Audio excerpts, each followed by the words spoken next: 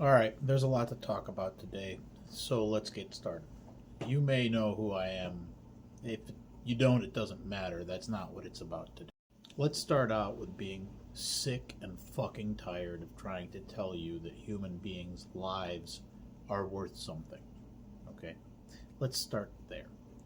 As you can see, there has been a ceasefire. During the ceasefire, there have been hundreds of deaths in both Lebanon, the West Bank, and Gaza. And when one ceasefire starts, Israel begins another war, as they are now bombarding areas in Syria and in the West Bank. And no more bullshitting about how many people are gone. Recently, we saw that Trump said he wants to move 1.5 million Palestinians out of the Gaza Strip. All right, I'm going to get to that. At the beginning, there were 2.3 or 2.4 million, and they were living throughout the entire Gaza Strip. So where are those 8 or 900,000 people that are no longer a part of the equation?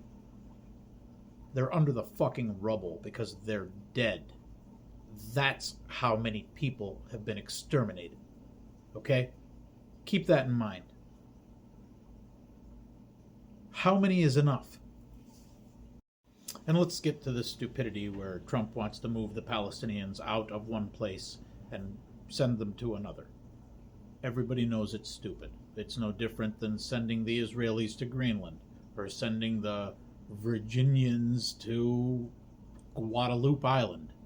It doesn't make any sense. It's fucking stupid, okay? The reason there's violence there is because there's been a brutal occupation and siege for decades. And everybody knows that's the reason. You don't solve that problem by ethnically cleansing the area. And then there's this refrain that other Arab countries don't want to help the Palestinians. That has nothing to do with anything. And the fact that that is even brought up is a last-ditch effort from a tired talking point in an ancient time before countries existed. The Palestinians had been there well before even the name of Israel. It was Palestine when Abraham came through. Okay?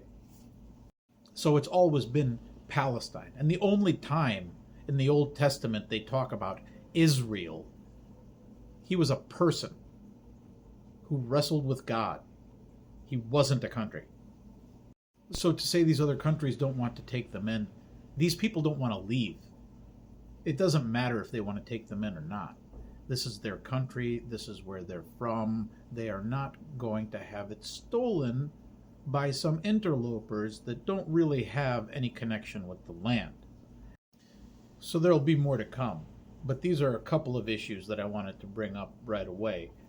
I want you to understand that if you hold some of the beliefs that I was talking about, that you are the stupid one. And if you are choosing to remain ignorant in the age of information, that's all that it says. That's all that needs to be said.